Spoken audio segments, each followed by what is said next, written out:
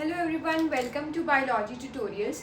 तो आज की हम वीडियो में प्रैक्टिकल एप्लीकेशन देखेंगे कि कैसे हम वेस्टर्न ब्लॉटिंग की टेक्निक को लैब में परफॉर्म करते हैं। और उसके पहले हम एक जनरल ओवरव्यू देखते हैं कि कैसे वेस्टर्न ब्लॉटिंग होती है। So what is western blotting? Western blotting is a technique, analytical technique, जिसमें हम प्रोटीन्स को आइडेंटिफाई कर सकते हैं और उनको क्वांटिफाई कर सकते हैं। अब इसको इम्यूनो ब्लॉटिंग भी बोल देते हैं। अब वेस्टर्न ब्लॉटिंग के जैसे ही हमारे पास सदर्न ब्लॉटिंग होती है जो कि डीएनए के लिए यूज़ होती है, नदर्न ब्लॉटिंग जो कि आरएनए के लिए यूज़ होती है। तो इस वीडियो में हम वेस्टर्न ब्लॉटिंग के जो जनरल स्टेप्स हैं वो देखेंगे और कैसे जनरली इसको किया जाता है ताकि अंडरस्टैंडिंग आपकी थोड़ी सी अच्छी हो सके।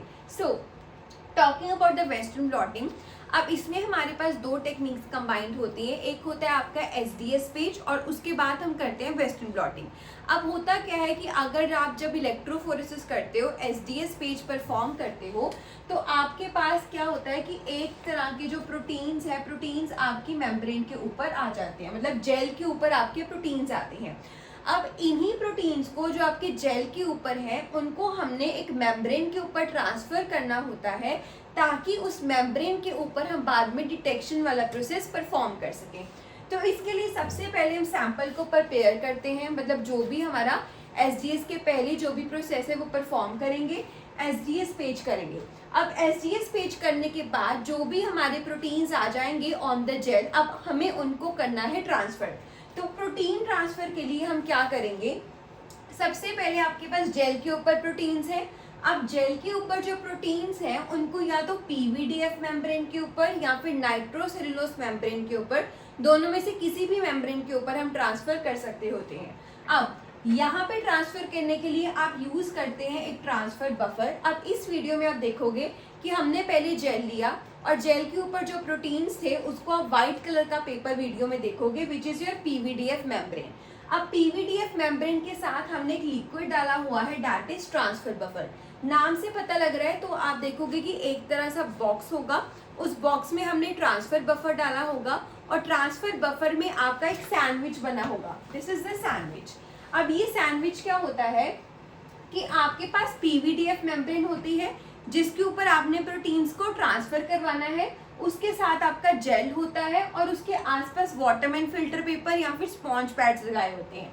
ठीक है, यू कैन सी कि ये दो आपके वाटरमैन फिल्टर पेपर या स्पॉन्ज पैड्स हो गए, फिर ये आपका जेल हो गया जिससे आपने प्रोटीन्स को ट्रांसफर करना है, और ये आपकी होगी पीवीडीएफ मेम्ब्रेन।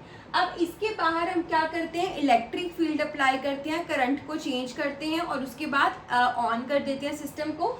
जैसे ही सिस्टम आपका ऑन होगा तो वैसे ही जो प्रोटीन्स है वो जेल से निकलेंगे और मेम्ब्रेन के ऊपर ट्रांसफर होने लग जाएंगे। ठीक है, सो अब हमने ट्रांसफर बफर लिया। आप देखोगे टैंक सा पड़ा होगा, उस टैंक में व्हाइट कलर का एक प्रॉपर हमारे पास सैंडविच बना होगा। जब आपके पास ये सैंडविच बन जाता है उसके बाद मैं कुछ रोलिंग कर रही हूँ उसके ऊपर, जो भी इसमें एयर बबल्स है उसको रिमूव करने के लिए हम रोलिंग करते हैं। ठीक है, अब उसके बाद टैंक में आपने डाला ट्रांसफर बफर, उसमें ही आपका सैंडविच पड़ा है। उसके बाद आप इलेक्ट्रिक फील्ड को अप्लाई करोगे। इलेक्ट्रिक फील्ड जब अप्लाई होगा तो आपके प्रोटीन्स माइग्रेट करने शुरू हो जाएंगे from the gel to membrane. अब कुछ टाइम के बाद उसके बाद हमने नेक्स्ट प्रोसेस करना है ब्लॉकिंग। तो कुछ टाइम के लिए आपका ये वाला प्रोसेस चलेगा, उसके बाद हम करते हैं ब्लॉकिंग। ब्लॉकिंग का मतलब क्या होता है? देखो, सो हम यहाँ पे सिस्टम क्या यूज कर रहे हैं कि जो हमारा प्रोटीन होगा ना उसके साथ हम एक स्पेसिफिक एंटीबॉडी, प्राइमरी एंटीबॉडी लगाएंगे और इस प्राइमरी एंटीबॉडी के स्पेसिफिक फिर हम सेकेंडरी एंटीबॉडी लगाएंगे। ठीक है, और फिर कैमिल्यूमिनेसेंस, जो भी हमारा कैमिल्यूमिनेसेंस वाला फिनोमिना होगा उससे हम डिटेक्ट कर लेंगे कि हमारा प्रोटीन यहाँ पे वो स्पेसिफिक प्रोटीन प्रेजेंट था। ठीक है, तो अब ब्लॉकिंग का यहाँ पे क्या काम होता है, और ये जो ब्लॉकिंग है वो आप स्किम मिल्क से भी कर सकते हो, बोवीन सीरम एल्ब्यूमिन से भी कर सकते हो। तो इसका काम क्या होता है कि जो भी आप प्राइमरी एंटीबॉडी डालोगे, अब ये तो हमें पता है कि मेम्ब्रेन के ऊपर प्रोटीन्स तो कहीं कहीं है, लेकिन एंटीबॉडी और कहीं और जाके बाइंड ना कर जाए और दूसरी हाइट्स पे ना जाके नॉन स्पेसिफिक बाइंडिंग शो कर दे, तो उस मेम्ब्रेन को ब्लॉक करने के लिए हम पहले स्किम मिल्क डाल देते हैं। तो स्किम मिल्क आप देखोगे कि वाइट कलर का एक लिक्विड होगा, तो उस लिक्विड में हम इसको इमर्स रखेंगे, ओवरनाइट इमर्स रखते हैं हम 4 डिग्री सेल्सियस पे, और आई गेस मेरे 60 आरपीएम पे मैंने रखा था। तो उसके बाद हम इसकी ब्लॉकिंग कर देते हैं और नेक्स्ट डे आके हम प्राइमरी एंटीबॉडी को डालेंगे।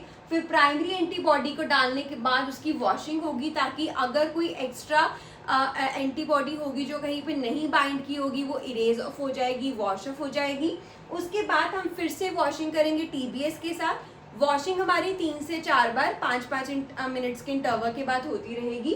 और फिर हम सेकेंडरी एंटीबॉडी को इंट्रोड्यूस करेंगे और उसके बाद डिटेक्शन करेंगे थ्रू द कैमिल्यूमिनेसेंस फिनोमिना। ठीक है, वो हम आगे पढ़ेंगे कि कैसे कैमिल्यूमिनेसेंस होता है। हर एक अपना अपना, जैसे कि HRP के लिए भी डिफरेंट होता है। ठीक है, तो डैट वी विल सी। तो ये हमारा जनरल होता है कि जनरली हम कैसे वेस्टर्न ब्लॉटिंग करते हैं, अगर आपको थ्योरी पर्पस के लिए चाहिए।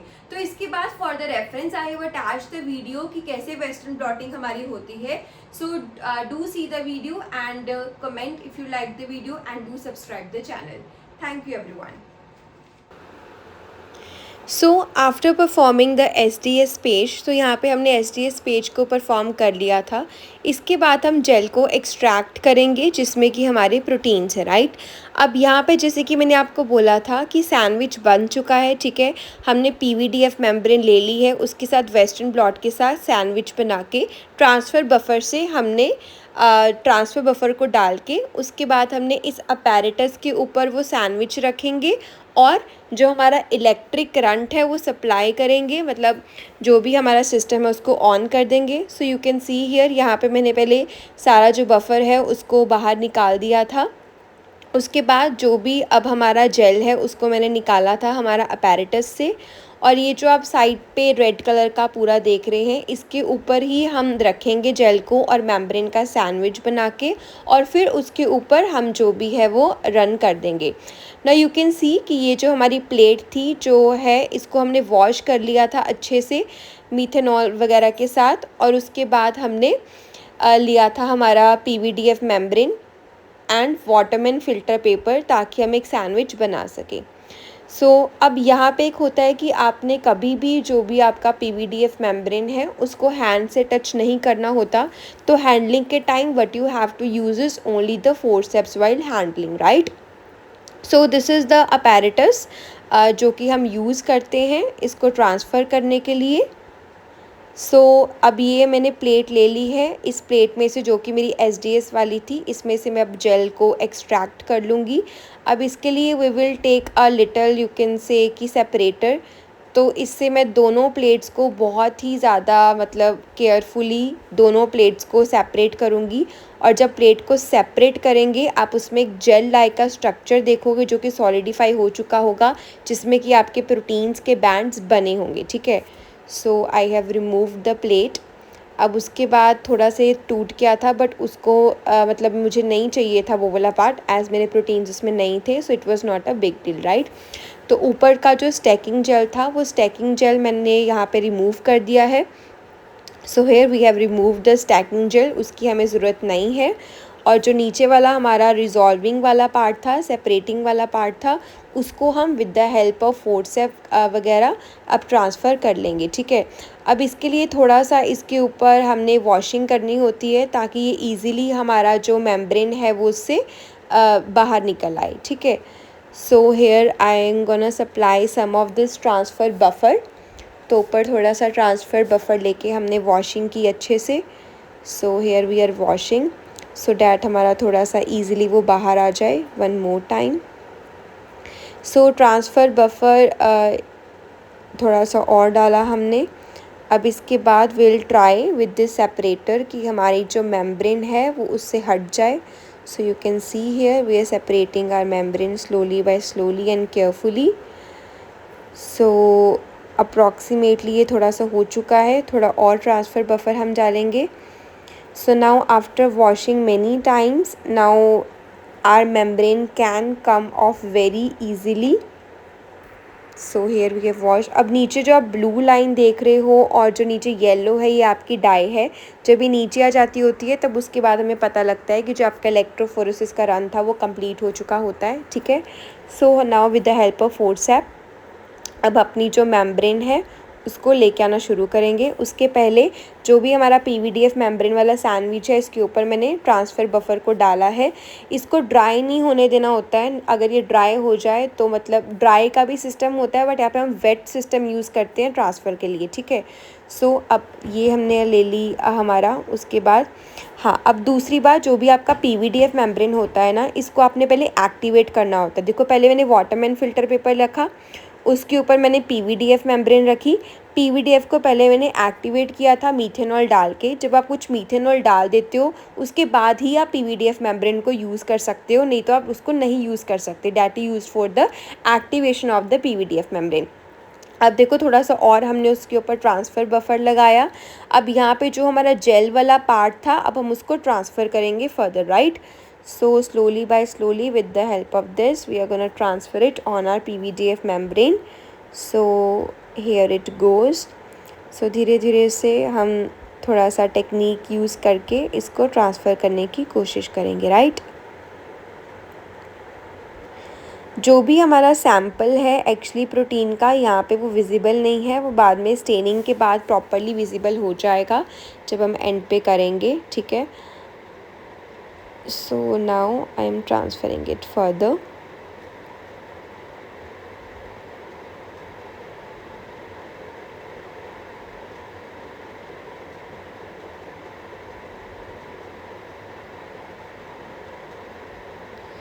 So you can see this is the last step I guess. So इसलिए ट्रांसफ़र बफ़र डालना थोड़ा इम्पॉर्टेंट होता है। अब इसके बाद भी हमारा स्टेप चलेगा। This is only the you can से सेकंड और थर्ड स्टेप। तो पहले हमने सैम्पल प्रिपेयर किया, SDS पेज किया, प्रोटीन्स को ट्रांसफ़र किया, ट्रांसफ़र बफ़र को हमने फिल किया, जिसकी वजह से प्रोटीन्स को माइग्रेट करवाना चाहेंगे हम, ठीक है। तब मैंने प्रॉपर उसको सेट कर दिया है। देखो you can see the ladder is there, और लैडर के बीच में हमारा सैम्पल पड़ा है, ठीक है। अब मैंने थोड़ा सा और ट्रांसफ़र बफ़र लिया और ट्रांसफ़र बफ़र को उसके ऊपर थोड़ा सा और डाल दिया। So on it, so here it goes. अब इसके बाद फिर से मैंने जैसे कि बोला था सैंडविच हमने बनाना है, राइट। ये थोड़ा सा जो मैंने बोला था कि टूट गया था, तो वो मैंने एंड पे लगा दिया था। ऑल्दो इसमें मेरा प्रोटीन ऑफ इंटरेस्ट नहीं था, so I was not much worried about that. So ये भी हमने यहाँ पे ट्रांसफ़र कर लिया है, you can see. So this is very important to use the gloves इस टाइम पे, क्योंकि इसमें जो भी हमारे कंटामिनेशन वगैरह नहीं होती। और ऐसे ही अगर आप इथीडियम ब्रोमाइड वगैरह का यूज़ कर रहे हो तो उसकी हैंडलिंग के टाइम पे it is important to wear the gloves. जबकि चलो वो तो हम एगरोज़ में यूज़ करते हैं because that is also carcinogenic in nature. SDS जब आप यूज़ करते हो तो उसके टाइम पे भी इट इज़ एडवाइजेबल कि आप उसकी फ्यूम्स ना मतलब इनहेल करो। That is also little you can say that is also harmful for your body, right. So अब इसके बाद देखो मैंने फिर से वाटरमैन पेपर लिया, उसको ट्रांसफ़र बफ़र में लगाया थोड़ा सा, और उसको फिर से मैंने जो हमारा जेल था उसके ऊपर लगा दिया, ठीक है। So here it goes. तो अब हमारा प्रॉपर जो सैंडविच है वो बन चुका है यहाँ पे, ठीक है। Here it goes carefully with the forcep. हम इसको थोड़ा सा सेट कर लेंगे। Now after setting it properly, now in some cases like some of the kits, Western blot kits, they have provided you with the roller. Roller is used to eliminate any kind of air bubbles if they are present between your sandwich. So I have further covered it with the transfer buffer as you have just seen right now. So as I didn't had roller back then, so I used kind of falcon. So उसके ऊपर roll किया, rolled it upon the sandwich so that if there are any air bubbles in our sample, it may be eliminated, right? To eliminate any kind of air bubbles, I have rolled the falcon over it like this.